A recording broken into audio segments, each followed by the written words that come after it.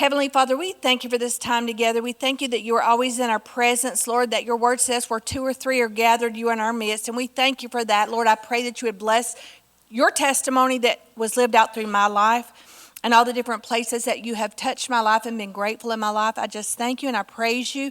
I pray that you would be with each family that is represented here, the cares of their heart and the struggles of their life, that you would be their provider, their caregiver, Jehovah Nissi, their healer, their redeemer, that you would be what they have need of in their life. In Jesus' name, amen. Amen. So in Isaiah 45:2, it says, God's promises go before you, and it makes the crooked places straight. To me, when I read that, I'm thinking it's all the bends and the turns in life that we didn't see coming, that were unexpected, that kind of pulled the rug out from under our feet, as my grandmother would say. John 10:10 says, the thief comes only to steal, kill, and destroy, but he comes to give us life and life more abundantly. At work, we always choose a word for the year. So my word has been gratitude. And I found this quote in one of Joyce Meyer's books that says, if a fellow isn't thankful for what he's got, then he isn't likely to be thankful for what he's going to get. Amen. And I think that's true. Are you grateful for what you have? I have several friends here tonight. So my work friends back on the back row, thank you for coming. My family, my Chattanooga besties. Thank you guys all for coming. And again, y'all know bits and pieces. I've sprinkled a little bit here and there.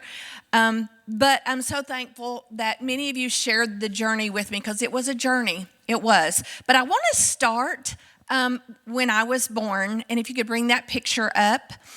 As you can see, I was a happy baby.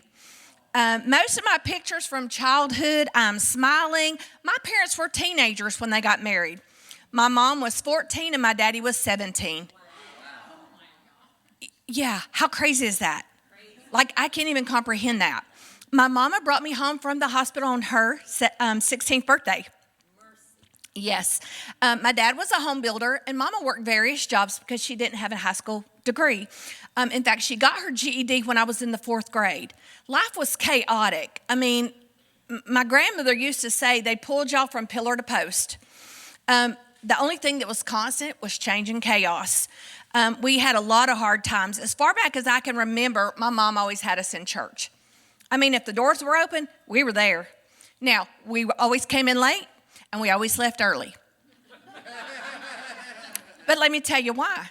Because she didn't want to be in community. She didn't want people to know the crazy we lived in. That was her protection. But we were there. We were there, I promise you. We moved a lot, and it was not uncommon for me to go to 2 different schools in the same school year. And so I was talking to Skylar, who has just moved up here from South Florida, and I said, listen, I get it. It's tough to change schools because kids are cruel. Right. And are we all judgmental? If we're being honest, do we judge a book by its cover? I'm guilty. I know we do. We're like, oh, look at her. Oh, she got all together. Look at that handbag she's carrying. We don't know what it cost them to get there. And so that's why I wanted to tell a little bit about my whole life story, because, again, it's crazy. Change was constant. We lived in North Jacksonville when I was smaller, maybe 3rd, 4th, 5th grade, and we didn't have air conditioning, and it was hot. So we would walk about 4 blocks to the Woolworths because it was air conditioned. And we could get ham sandwiches for $1. Oh, yeah. So we had meat on our sandwich. And Annette, you could testify, my brother could too. It was not uncommon for us to eat mayonnaise sandwiches.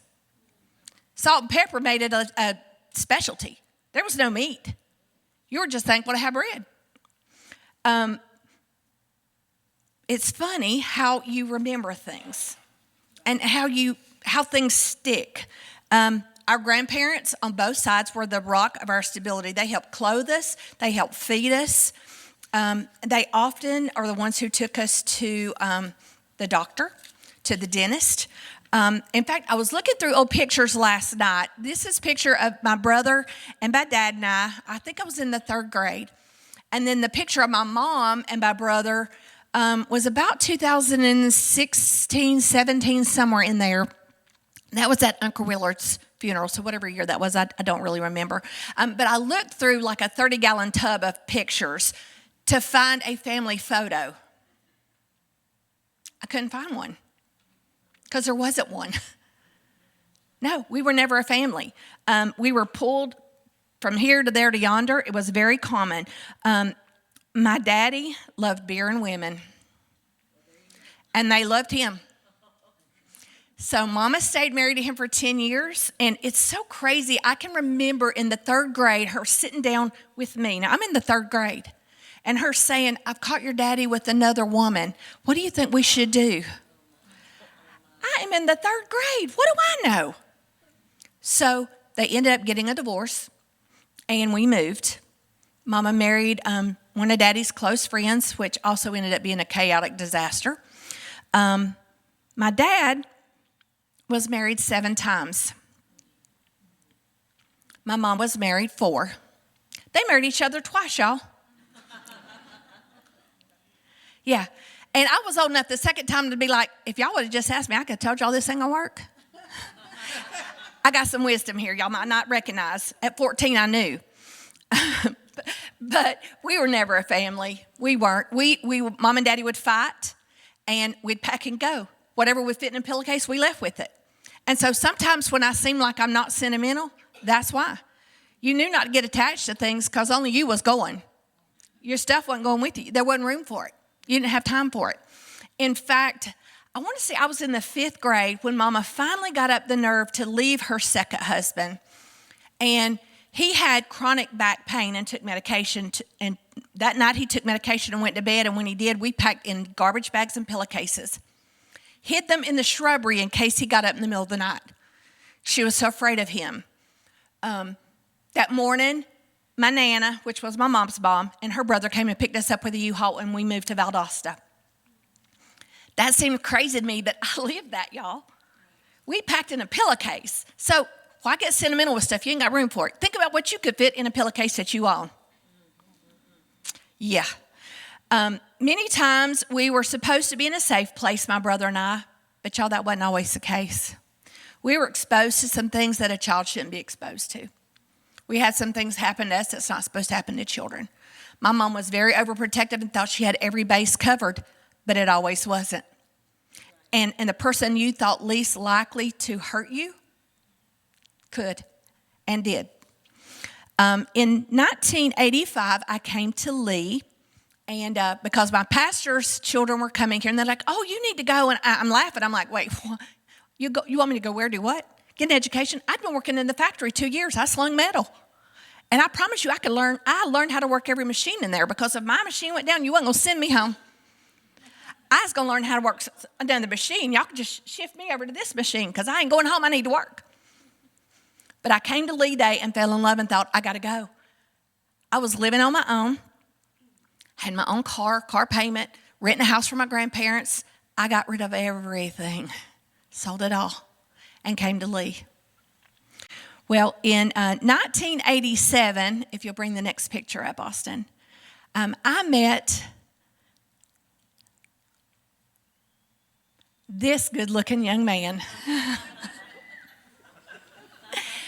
What y'all don't know is we were a blind date. He had seen me playing basketball at the college on an intramural team and told Peggy Campbell he wanted to go out with me. She said, "No, you don't, because if you do, you'll want to marry her." So the night I was involved in Sigma social service, and I worked at the hospital at night because I was trying to pay my way through school as much as I could. And so I said, I don't have time to date. I'm so sorry. I've sacrificed to be here at Lee, maybe some other time. Well, he just kept on persistent. We talked. And so finally one night I said, "You know what? I think I got time to get an ice cream cone." Our first date was at Baskin-Robbins.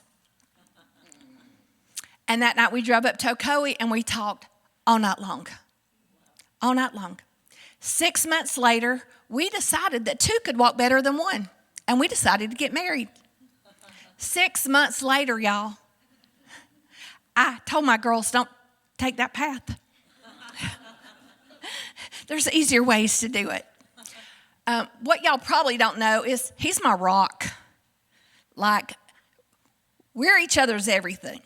We had a conversation not too long ago that I said, listen, you get mad at me and I get mad at you, but you ain't going nowhere and I ain't going anywhere because I'm not a good quitter. And so we're going to stick through this, whatever we got to stick through. But in our first apartment, we lived over on Henderson, here in town. We didn't have a refrigerator, did babe? Didn't have a refrigerator. We had a Dollar General styrofoam cooler to keep our eggs, butter, and milk in.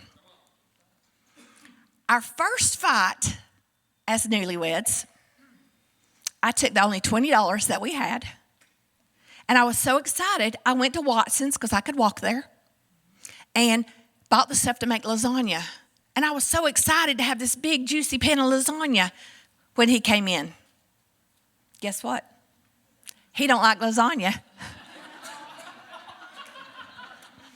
And I had spent our only $20. Yeah. So it wasn't too long after that, maybe 30, 45 days, we moved to Nashville where his brother was. He was in the car business and decided Timmy should get into the car business. And the whole time I'm thinking, oh, yeah, I don't see you as a car salesman, but okay. So we went. We lived in Goodlettsville, which is on the north side of Nashville. We had to drive 35 miles across town to work. We had one car. We didn't work the same shift. Wow.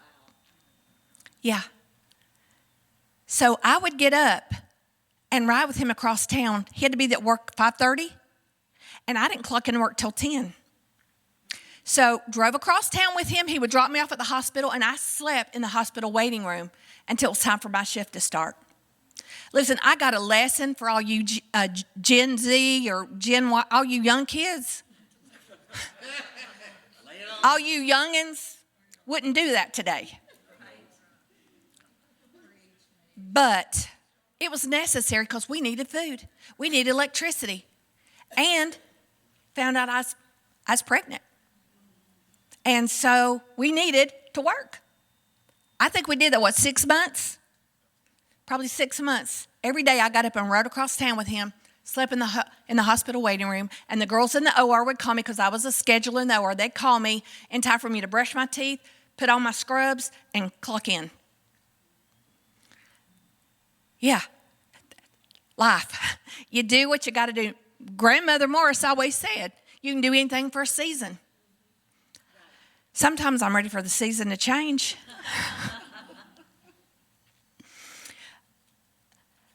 While we were in Nashville, Timmy had a little Toyota Tacoma, and I was pregnant, got sandwiched in a 5-car vehicle pileup.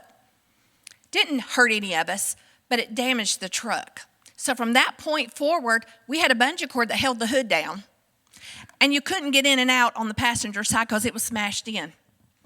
So when we moved back to Cleveland in 1990, that is what I drove to church. When we were meeting out at South Lee Holiday Inn, that is what I drove, or close. So we might have had the Corolla by then, didn't we? Because we got a Corolla pretty soon after then. His brother helped us get a Corolla. But anyway, long story short, so I drove that truck to Erlanger because that's where I worked. And y'all, I can remember I'd pull in the back of the parking lot and I'd duck down because I didn't want nobody to see me getting out that jalopy. But you know what? I sang worship all the way there because I was thankful to have a vehicle that would get me to and from work. It weren't the prettiest car, but it got me there. It got me there. There are so many hard places in my life and in our life that we have journeyed through that, Lord, if I had 2 hours, which Skylar said I could have 2 hours. So y'all take it up with him if I go too long. But there's so many hard places that I have faced in my life, but throughout it all, I'm determined. I'm going to have a good attitude. I'm going to figure this out because I learned a long time ago my plan A might not be God's plan A. His plan B is so much better than what I thought my plan A was. Yet we get hung up, oh no, I got a plan. Well, good for you. Thank you for planning. However, God's sitting up there laughing. Miss Barbara used to say, God's laughing at you because he got a plan that is not on your agenda. Hold on. Intermission. He gonna get you. And so I tried really hard to always have a good, positive attitude. I know Joe and I were talking one night, and he said, I know you're gone a lot. You travel. I said, oh, yeah, I'm a missionary. Because I do. I'm at work. Girls at work, am I a missionary? I joke sometimes in the morning meeting that if somebody will sing a song, I'll take up an offering and we'll have church.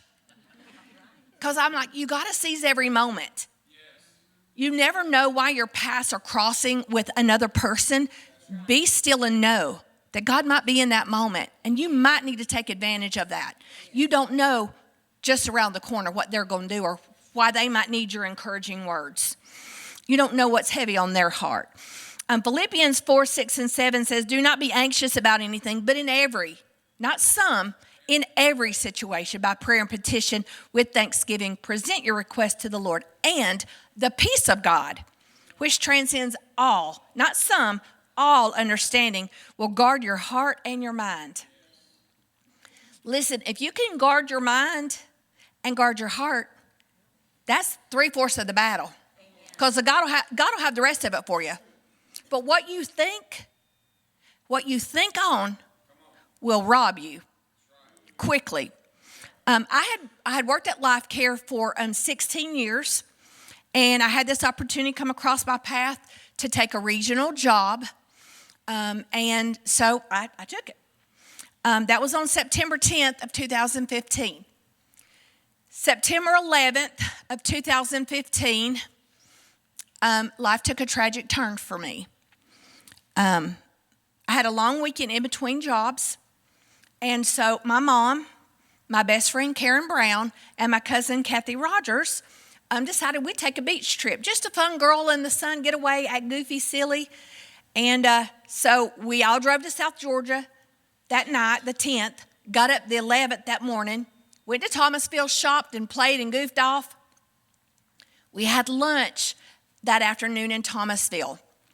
And about 30 or 45 minutes outside of Bluntstown, outside of Tallahassee and Bluntstown, Florida, we had a life-changing event. If you'll bring that picture up. The last thing I remember is Karen and Kathy and Mama were all discussing who was going to ride shotgun in the front seat. I don't remember anything after that for 12 days. I have no recollection of, other than what other people have told me that I said or did or shared, I have no memory of it. Mama and Karen died on impact. In fact, Karen died first on impact, and then they called for life force for Mama, but before life force got there, she bled out and passed away. The crazy thing is my mom had said just to her friend at church 2 days before, when it's my time to go, I hope I'm asleep. Y'all, she was asleep in the back seat. How cool is God? He granted her wish. She was asleep, never knew what hit her. My cousin Kathy was behind me. I was driving. She was behind me. She had seatbelt injuries and had to have a tummy tuck because of the injuries. We were T-boned at this intersection. The lady was driving 60 miles an hour when she hit us. We rolled 3 times. Landed in this cotton field. Again, I don't remember any of it. I've seen pictures. My husband could tell the story better than I can. My aunt could tell the story. I'm telling y'all second, third hand because I don't remember any of it. As you can see in this picture, mine is the red Camry. It was pretty damaged. They had to use the jaws of life to get Mom and Karen's bodies out of the car. Pretty bad. They airlifted me to Tallahassee Memorial Hospital, and I was on a ventilator for 3 days, in ICU for 12 days. I do have between 12 and 15 days of memory loss. I don't remember anything after we got in the car. I have no memory at all being in ICU, and they tell me funny stories of they were asking me what day it was, and I forget, Timmy, if it was you that told me, but somebody said I would look around them at the board on the wall to see what the date said, the day and date, because I didn't know. On the bulletin board that said today is the first day of my life. That was the day they moved you to Atlanta. again, there's so much I don't remember. So while I was sedated, I had several fractured ribs, a punctured lung, a lacerated liver. My L4, L5 bony prominence of my back was fractured. I had a cerebral artery that was dissected. It caused me to have a stroke on the right side. I couldn't walk. I couldn't stand. I couldn't hold anything in my right hand. I remember one time I was trying to eat because Timmy was trying to let me eat by myself, and I picked up the fork, and before I could get the fork off my plate, my fingers opened, and the fork hit the floor, and I just looked like, wait, what? What just happened? It didn't register. And there's very few pictures of me through this journey because they didn't think I was going to live. They cited me for running a stop sign, which my brother and my cousin went back and looked. My cousin Matt went back and looked. There was a stop sign there, but it was covered with kudzu. You couldn't see it. There were not grates on the road to warn you that you were coming up on a stop sign. No flashing lights, just in the middle of nowhere. 6 or 7 people had died at that same intersection in the past 3 to 5 years. Very dangerous intersection. So anyway, back to the fork fell out of my hand. They also discovered that because of the stroke, I had trouble swallowing. So I was a choke risk, I was a fall risk. I had double vision in my right eye. If I tilted my head back at all, I saw 2 of everything, which y'all could not always be a good thing. Think about some things you look at and you're like, well, one of them was enough.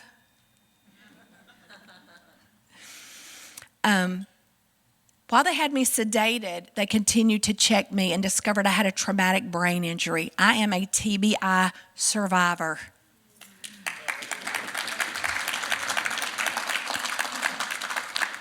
My frontal brain was sheared from the rolling that quick. Your brain didn't have time to catch up for your head, rolls. And I don't know if you guys know what all your frontal brain does. So let me just give you a little insight. It's your decision making. It's your problem solving. It's your appetite, your emotions. But most importantly, it's your filters. My husband could tell you some very funny stories that I will not repeat. But if I thought it, I said it. And it didn't matter if they were standing right there and I thought it. I said it. Yeah, laugh, because you can imagine the things that you got enough sense to not say out loud. No, I had no sense. The couple of pictures that I do have, you can see I have a deer in the headlight look. Like lights are on, but you guys ain't a soul home in my head. Nope. In fact, I was telling somebody yesterday, like, I don't know if I even realized that I was in the hospital. Like, I knew it was here, but I didn't know where here was. Timmy said about day 4 or 5, I started asking questions. If I'm here, where's everybody that's in the car with me? I don't remember any of that. What I do remember is that I would go to therapy 3 to 5 hours every day, probably 5 hours every day. And when I would come back after dinner, he would put a gate belt on me and walk me up and down the halls, round and around the nurse's station. And if he turned loose of me, I would fall over. I couldn't stand up by myself. Couldn't walk by myself. Couldn't use my right hand. Glory to God. You see my right hand? So after all the evaluation stuff, they told Timmy that I needed to be moved to a rehab hospital for brain injury, that they recommended the Shepherd Center in Atlanta. And so when my family called, or either a social worker called, somebody called to try to get me moved, they said, oh, we're so sorry, we don't have any availability. And so was it the next day?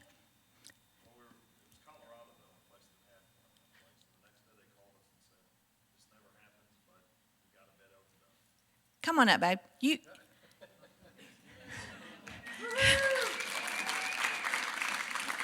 I like for him to tell some of the funny stuff because, y'all, there's a lot I don't remember. So tell them kind of how that transpired. Well, like I said, we were looking at getting a place for her, and Atlanta was close to home, 2 hours away. Colorado's the other side of the world, so we didn't want to go there. So we were just trusting and hoping that everything was going to be okay. But we were it wasn't going to be okay. I mean, we knew it wasn't going to be okay. But it is okay.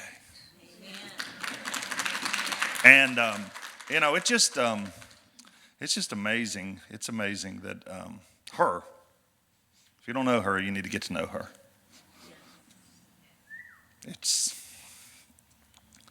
She's something special. And I always told people, if you don't believe in miracles, I live with one. Right, that's right. Because she was gurgling in the car, and somebody came and held her neck up to cause her to breathe.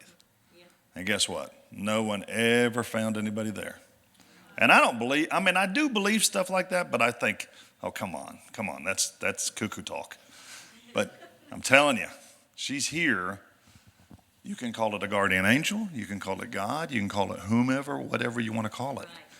But someone held her neck up to cause her to breathe. That's right. And it wasn't any paramedics, and she's here because of that. Yes. And thriving and sharing this story. Someone today is going to need this story. That's right. And I promise you, Matt Decker, somebody's going to need this story. And when she tells this story, it's just, I tell it all the time. And I'm proud. Yes. That's all I got to say. Go ahead.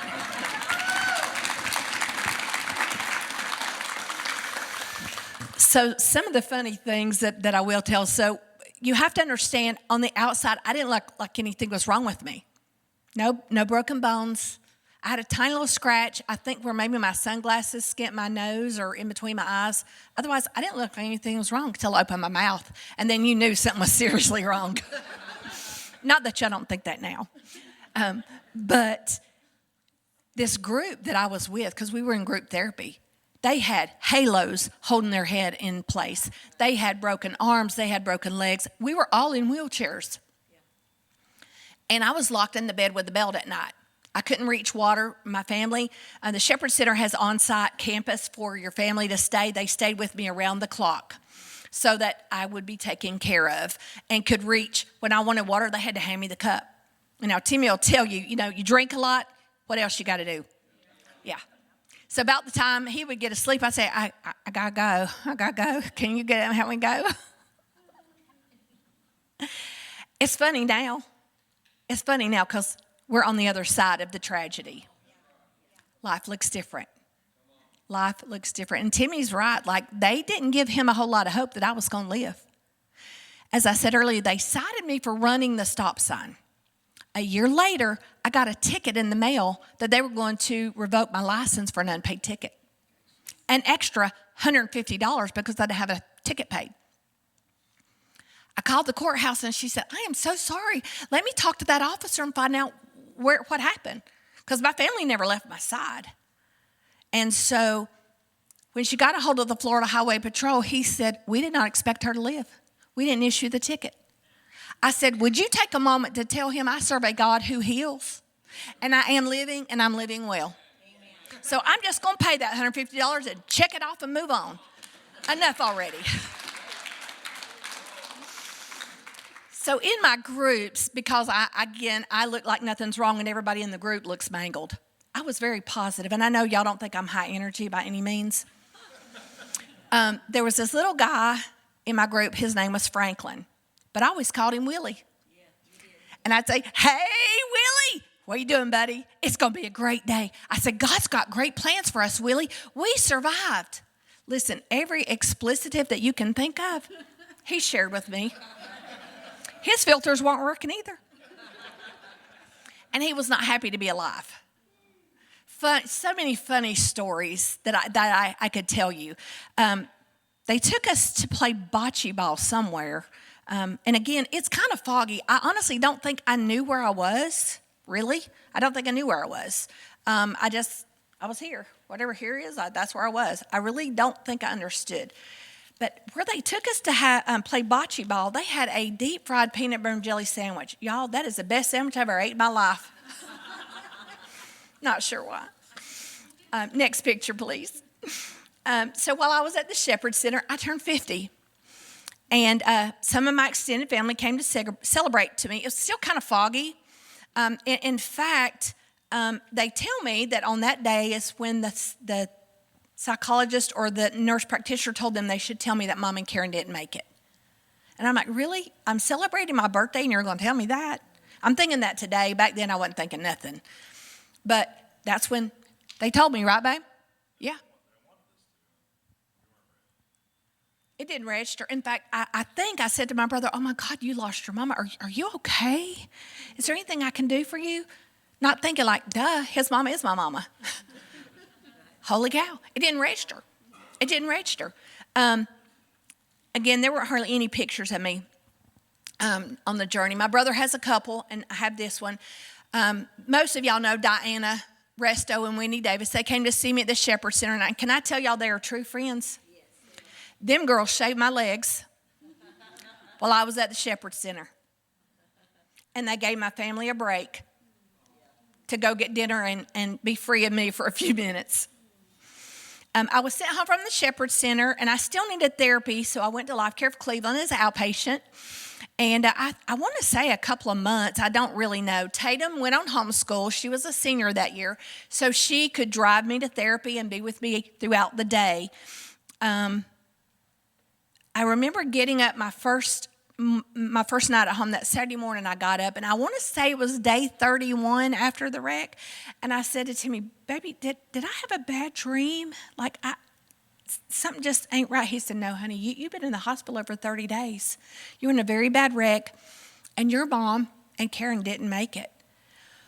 Whew, my brain was held enough to comprehend that. I had a puddle party. I don't even know how long I cried. But I couldn't quit crying, and for days, I couldn't quit crying. I couldn't get myself together. I'd think I was going to be okay, and then I'd lose it again. My emotions were very messed up.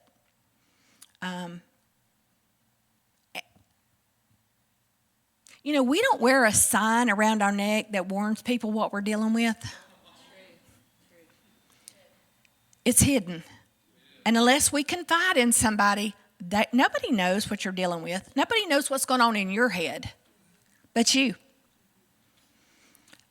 My emotions were very messed up. I was dealing with guilt, depression, even suicidal ideation. It was so hard. I was in such a dark place. So I decided my hormones must be messed up. I'm 50 now. Maybe I need my hormones checked.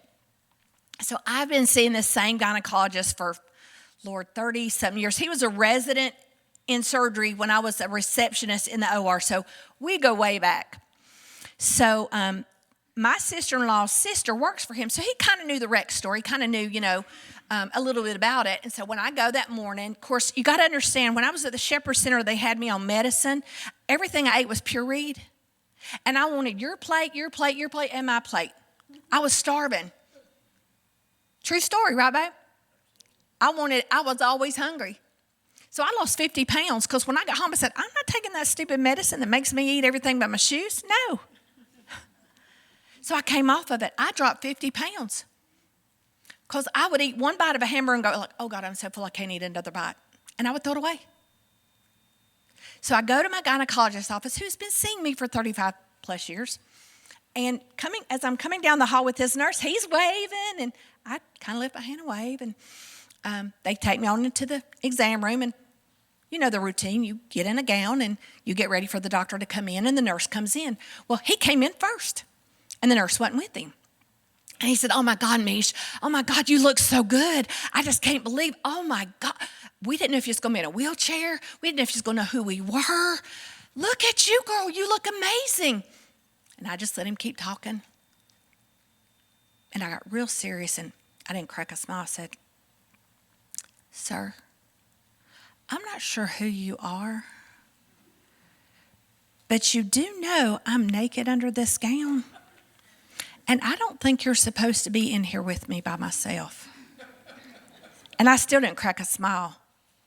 And I let the color leave his face. And then I said, I'm sorry, I got you.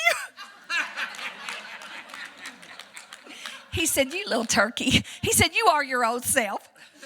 I said, you walked into that. I'm so sorry. But he is also a believer. And he just said, what a miracle. God has done a miracle because we didn't know. We didn't know if you'd be in a wheelchair coming in here. We didn't know. And my family you didn't know. Like, I was in a wheelchair until the day before I came home. Everywhere I went. They took us on an outing to the mall. What y'all think I went for? Pocketbooks.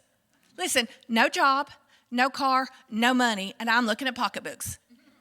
Reality check. You leave with nothing. You window shopping.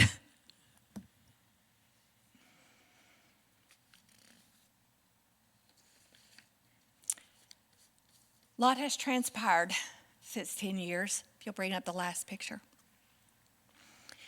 So this is my family today. God has been so faithful. He has blessed us, kept us. He has caused his face to shine upon us.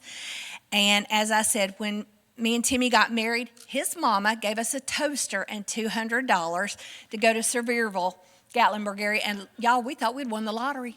We went out to eat at Rack's. Some of y'all youngers don't even know what that is.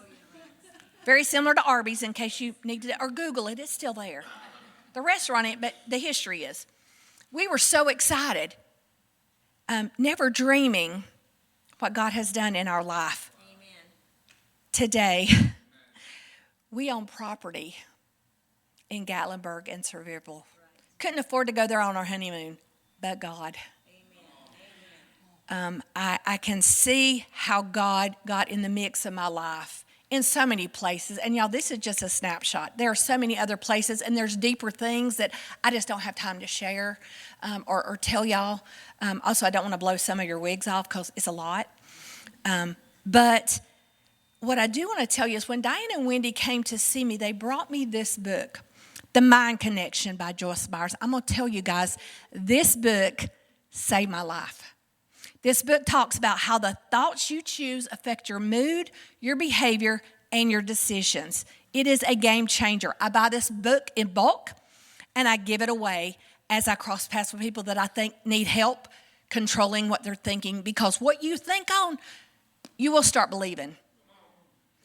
So you got to be careful. Got to be careful. And some people maybe are not comfortable reading the Bible, but this is full of Bible scripture. This is full of scriptural foundation. And so I guess my best recommendation to you, we've all been through hard places. Life is tough. And it's not fair. But God will give you favor, even in the midst of what you feel like is unfair. He will orchestrate your steps when you don't even know his shadow is directing you. I am now back at Life Care. I've been back going on 7 years now. And it is so good to be home. Being a Christian-based organization, I can preach, I can pray, I can minister to staff, to patients, to families. I can pray with them, and it is welcomed. And that's who I am, and I love that. I love that about where I am. What I would suggest, if you're fighting something hard and don't know what to do, surrender the fractured pieces of your life. Those broken pieces, give them to God. Put them in his hands. They're safe there. He will make a beautiful stained glass portrait with the pieces that you could have never imagined. When I think back to my childhood, 2 single parents, uneducated. Nobody was educated in my family. Nobody. Worked in a factory. Yet today, I have my bachelor's degree and I have an MBA. And I hold a regional job. God's favor has blessed me beyond all measure, beyond anything I could have dreamed or hoped for. I have a great husband. We have a great life. Our family is good. God is good, y'all. In Lamentations 3:22 and 23, it says, the steadfast love of the Lord never ceases. His mercies never come to an end. They are new every morning. Great is his faithfulness. Proverbs 18 says, death and life are in the power of the tongue. What are you speaking? Because if you're speaking it, you're hearing it. And are you believing the lies the enemy's telling you? Because I promise you, he's a great whisperer. You've got to combat what you hear him say with the word. Let him know what you believe and where you stand, and that he has no authority over your mind. Amen. And he is not the one directing your steps. Amen.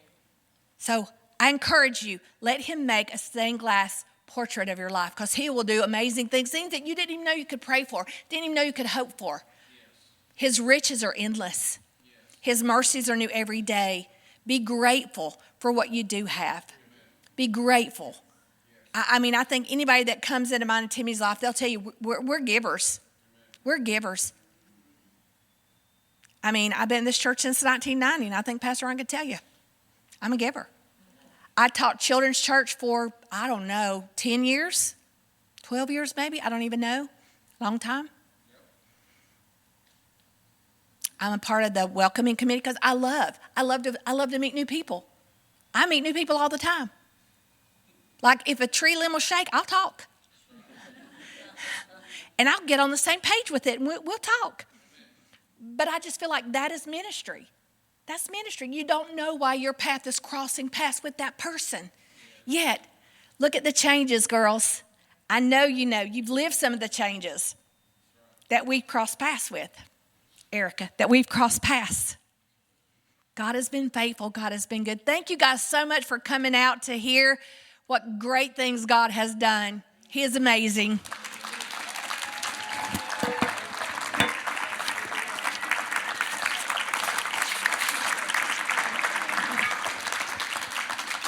Awesome, awesome.